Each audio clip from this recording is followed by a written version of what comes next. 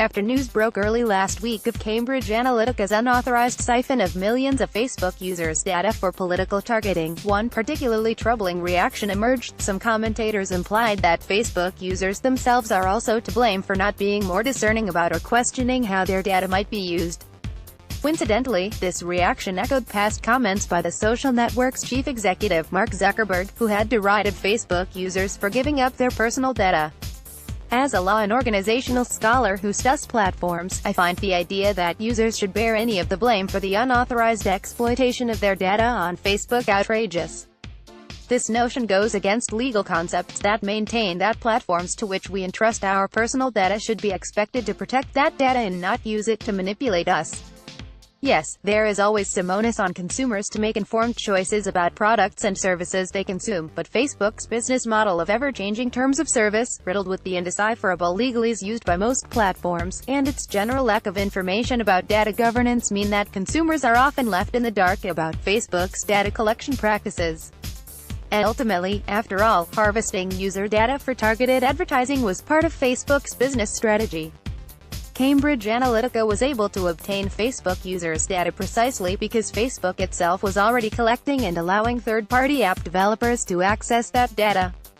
Facebook has extracted ever more personal information as part of the bargain for using its platform. Cambridge Analytica may have done it in a way Facebook now says it shouldn't have, but the firm was using the platform exactly as intended. Facebook's method of growth, constant expansion, accompanied by a business attitude of move fast and break things, left data protections for consumers as an afterthought. Facebook is no longer merely a social media company. Rather, it's a catch-all platform where users can find jobs and housing in between exchanging cat photos. These additional public functions make stricter regulations for Facebook even more crucial. Several lawsuits have recently been filed against Facebook alleging housing and age discrimination in employment. The idea that Facebook might think that simply being a platform for real estate or hiring transactions means it does need to follow well-settled laws against discrimination is troubling. The Cambridge Analytica breach is one symptom of several problems with social networking platforms. One problem, as some scholars have noted, is that we have been lulled into acquiescence by platform surveillance masked as gamification, relatable and funny quizzes that trick us into giving up our personal data, and a lack of regulations to prohibit such data traps. The Facebook site and others like it also promote platform authoritarianism, which is when platforms demand that we engage with them only on their dictated terms, without regard for established laws and business ethics. This isn't simply a Facebook problem, it is also a feature of other platforms, such as hiring sites, which may be used to cull older workers through graduation dates or customer relationship management software, which ultimately may be turned against retail and low-wage workers. Although Facebook is now scrambling to address the data breach, the exposure of consumer data has serious consequences, and Facebook and its competitors cannot simply be left to regulate themselves. It is time to change the American hands-off attitude to data protection.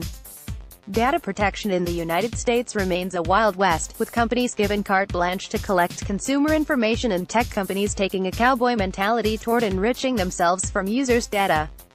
Perhaps we could look to the European Union and its new General Data Protection Regulation to study how to rein in data surveillance and protect American consumers. A start would be government-mandated privacy by design, with default settings that allow for no unauthorized data collection. There should also be clear rules about how consumers may opt into data collection and informed consent regarding how such data may be used. These steps can help prevent the loss of privacy and data autonomy in exchange for the opportunity to use platforms, such as Facebook, which have made themselves integral to social and economic life. Ifeoma Ajunwa is an assistant professor with a joint appointment at Cornell University's Industrial and Labor Relations School and Cornell Law School. She is also a faculty associate at the Berkman Klein Center at Harvard University. Her book, The Quantified Worker, is forthcoming from Cambridge University Press in 2019. This commentary was distributed by Washington Post News Service.